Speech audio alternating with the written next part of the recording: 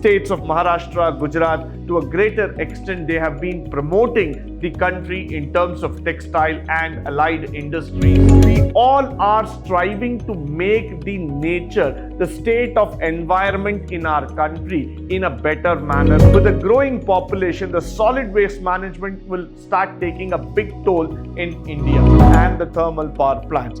Because of this, what happens in the urban area is that the normal breathing itself becomes very difficult.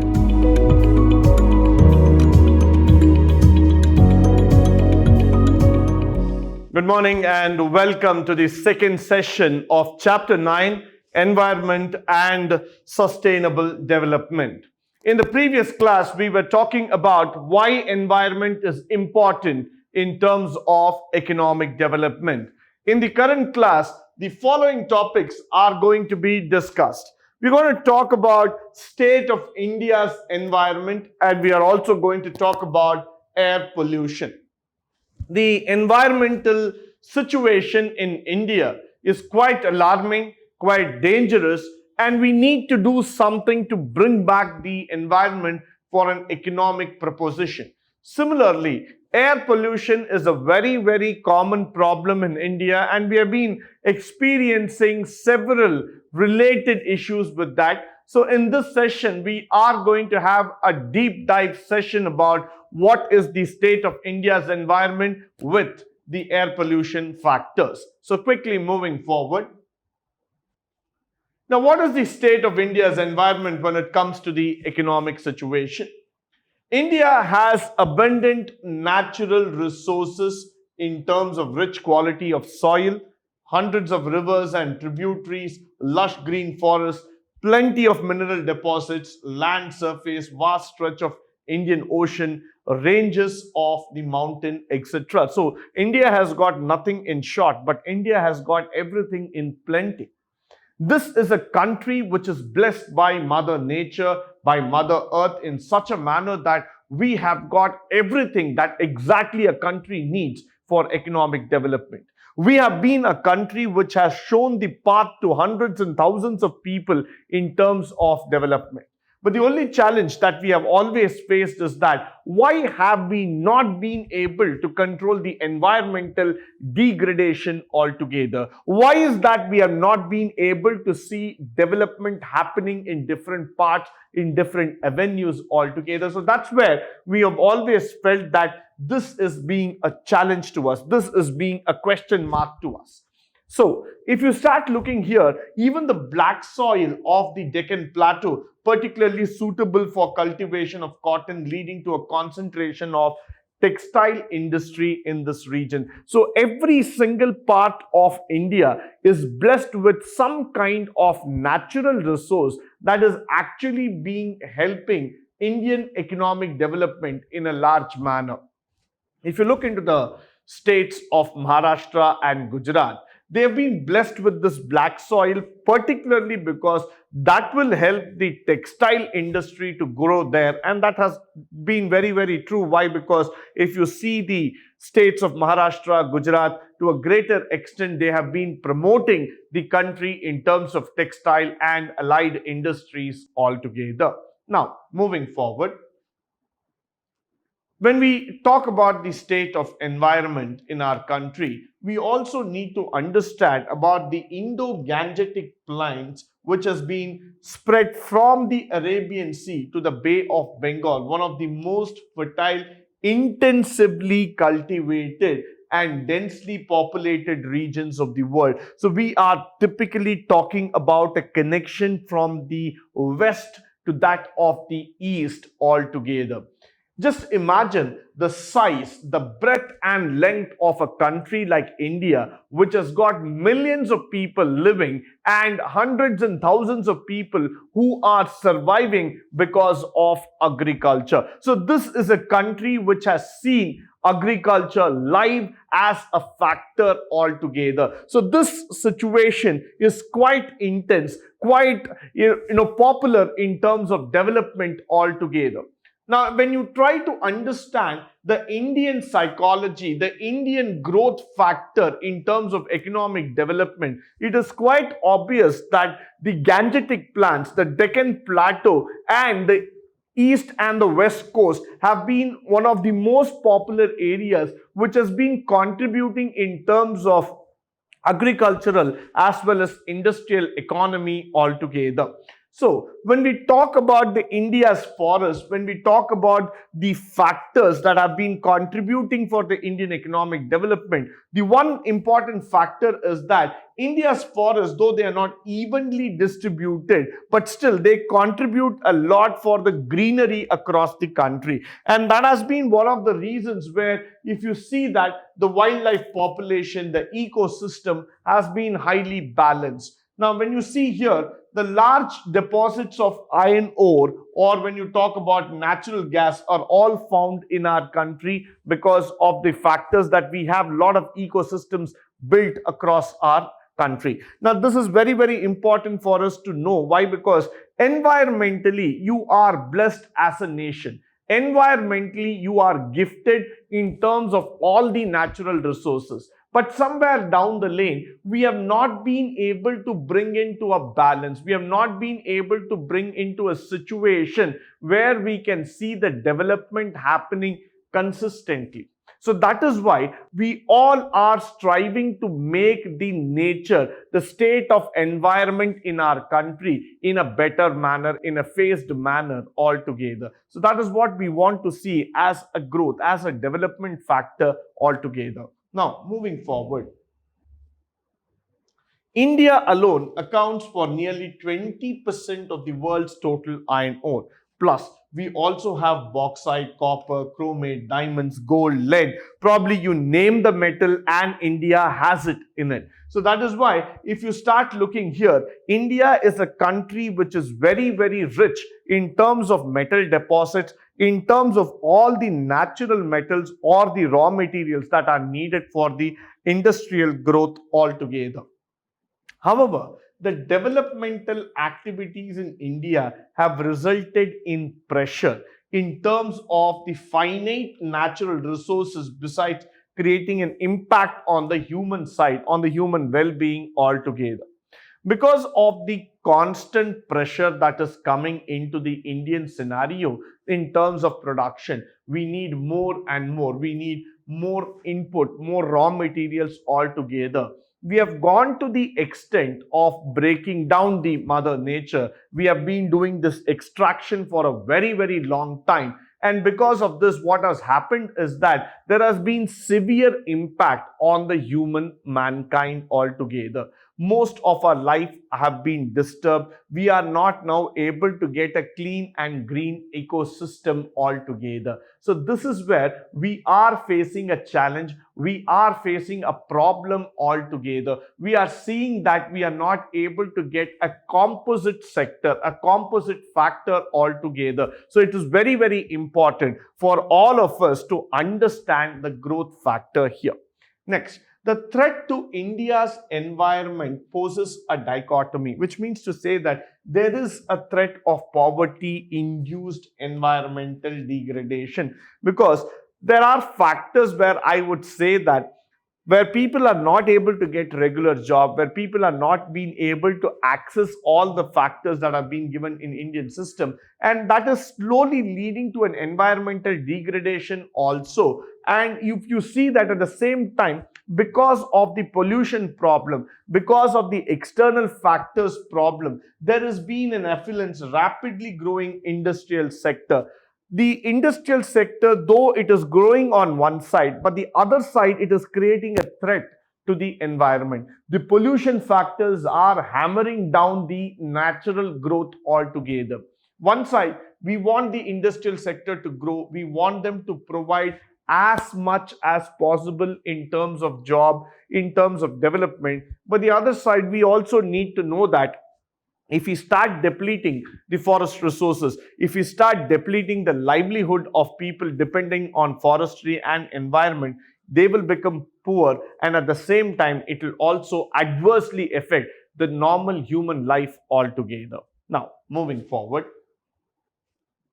Air pollution, water contamination, soil erosion, deforestation, and wildlife extinction are some of the most pressing environmental concerns of India. No doubt about it, because these are certain things that Indian government has been trying to face over a period of time, and they are seriously taking it in terms of action. So they are looking into it in terms of growth, in terms of action, and they want to see that at a certain level, at a certain point, this thing gets over and we are getting a priority over this. Now, some of the issues that have been identified here is land degradation. We have also been talking about biodiversity loss, air pollution with a special reference to vehicular pollution, because India is one country which is said to be the next auto hub in the world. Probably all the cars of the world are going to be produced in India, are going to be consumed in India. So definitely the vehicular growth in India has been going up in leaps and bounds. And the solid waste management. Now, that is one of the areas which I would definitely like to talk about, because with a growing population, the solid waste management will start taking a big toll in India. Land in India is suffering from varying degrees and types of degradation, stemming particularly because of unstable use and inappropriate management practices. So if you start understanding this cycle altogether, you will start appreciating, you will start feeling this factor that we have been misusing the land and other resources without even understanding how to use it, what are the objectives and how to take it forward. So this is becoming a very big challenge or a very big question in the coming years altogether. Now, moving forward, some of the factors that are responsible for land degradation are loss of vegetation occurring due to deforestation, unsustainable fuel, wood and fodder extraction, shifting of cultivation, encroachment into forest land. All these things, if you start understanding closely, are one of the major reasons why there is a problem that is happening altogether. Because when you start seeing that these factors of land degradation, especially when we are losing vegetation, and that's one of the reasons today the production levels have come down, the farmers are suffering to a great extent, people are feeling that they are not able to get very good vegetables, healthy food altogether. So this is one primary reason which I would say from an economic suffer and an economic loss altogether. Unsustainable fuel, wood and fodder extraction, so we are not able to get a proper ecosystem balance here, and shifting cultivation. Now we have almost shifted 70% of our cultivation from the original areas to some other area because of the growth in population and encroachment into forest land. There was a time in India when India could proudly say that more than 60% of India's land was under forest cover, but today we have come down to less than 33%, which means 50% of India's forest lands have been depleted because of continuous growth in population, continuous expansion of home and other living spaces altogether. So these are some of the major concerns which I would say which is threatening the India's environment altogether. Now, moving forward, forest fires, which are also to be mentioned, overgrazing, that is also creating a problem to the Indian system and to the economic environment. Non-adoption of soil conservation, improper crop rotation and agrochemicals or pesticides usage. Now, if you look here, of course, India is not really susceptible to forest fires, but yes, to a certain extent because of the overheating or adverse climatic effects, there might be forest fire that can happen. Second thing is the non-adoption of soil conservation techniques. So we have not learned from our ancestors properly, or we have tried to ignore these factors. So now we are not spending time in terms of conserving the soil, in terms of bringing back the soil to the level that it has to be brought into, in terms of preserving the soil, its nutrients and its contents, so that in the long run, the soil heritage is being kept in factor.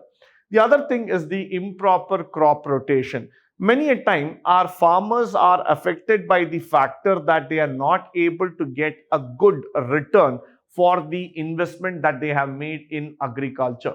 So every time the farmer will think in his mind, what can be the best alternative, the best crop to be invested. So sometimes people might feel that today I'm doing sugarcane, tomorrow I can do wheat, tomorrow I can do rice. So they keep on shifting their ideas. But in that process, one needs to understand, one needs to analyze things very, very clearly, that it is not that by changing the crop you can make money. You need to know which crop has to be rotated at the correct point of time so that you get the excellent return, and also the soil manurability is maintained to the best level. Now, because of agrochemicals and too much of pesticides coming into the factor, the soil also loses its nutrients and the food is also not that healthy.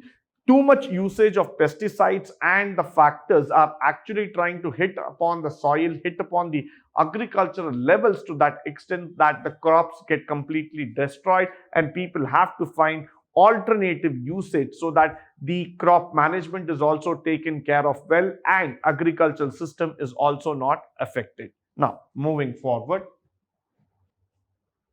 we also see that improper planning and management of irrigation system, water being a very big problem in India. We are not able to manage the systems properly, and extraction of groundwater in competing uses of land, which has led to the depletion of water. Human settlements and industrial things are putting a pressure onto the system, and too much of extraction of water from the borewell and other system are making the land even more onto the weaker side. So you are losing the stability of the land, and you're also losing the water factors very, very fast. So agriculture and human settlement can be a direct threat to the environment. The per capita forest land in the country is only 0.08. So that means to say that we do not even have a 0.1 completely requirement of 0.47 to meet the basic needs. So the requirement factor is somewhere quite close to 0.47,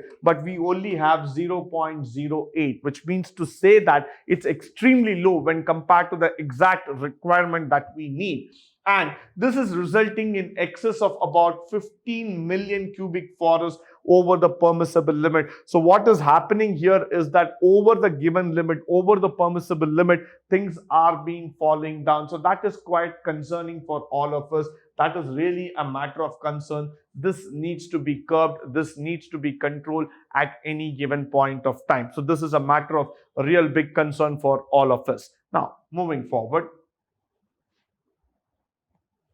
we also are going to talk about air pollution, which is one of the very, very important factors in our economic development. In India, air pollution is widespread in urban areas where vehicles are major contributors, as most of you know it, because when you go to any of the urban city in India, the vehicular concentration, or what we say the vehicular density altogether, is quite high. Most of the homes in the urban area have at least two automobiles, which means to say that they have a two-wheeler, also they have a four-wheeler, which is a direct contributor in terms of air pollution altogether. Plus, we also have the high concentration coming from industries and the thermal power plants.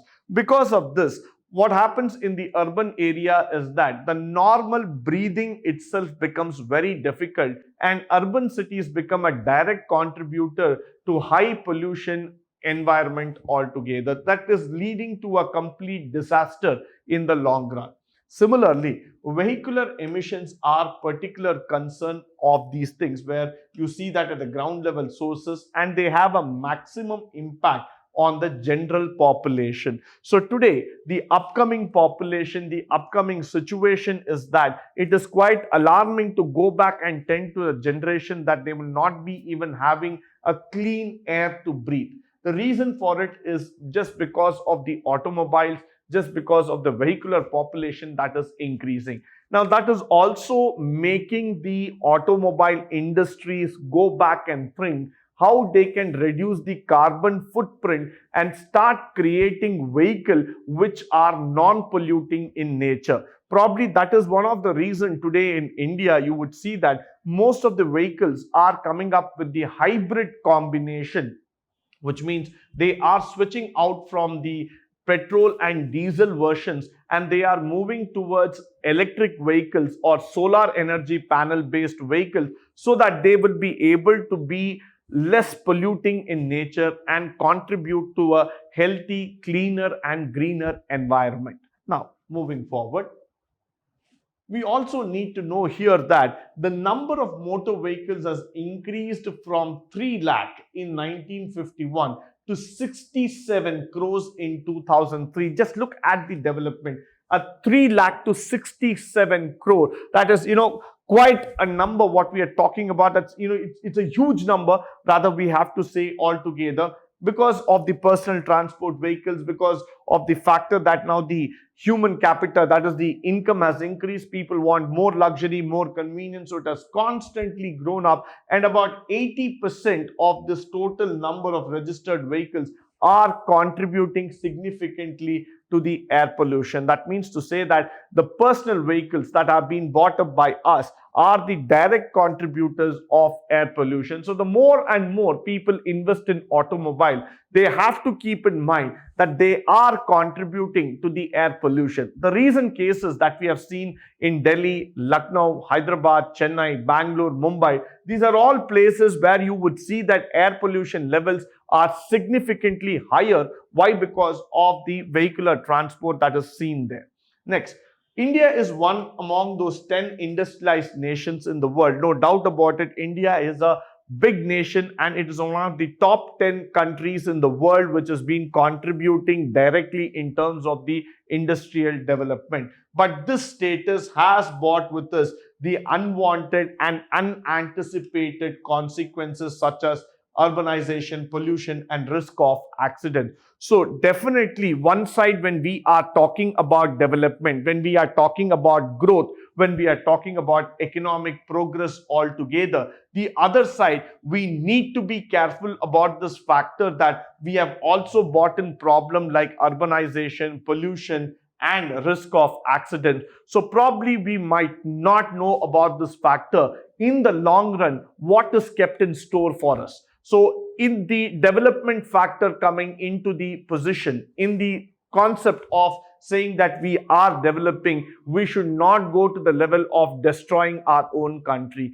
We should keep in mind that development always comes with the price. So the price should be very, very less. We should also give equal importance to environment and then develop ourselves. Moving forward, with this, we come to the conclusion of this session. I hope and believe that the session was interesting, useful, and educative. In the next session, we will be talking about the various factors of air pollution and the factors of environmental degradation. Until then, stay tuned, stay blessed, and stay enlightened forever. Thank you once again for joining me today.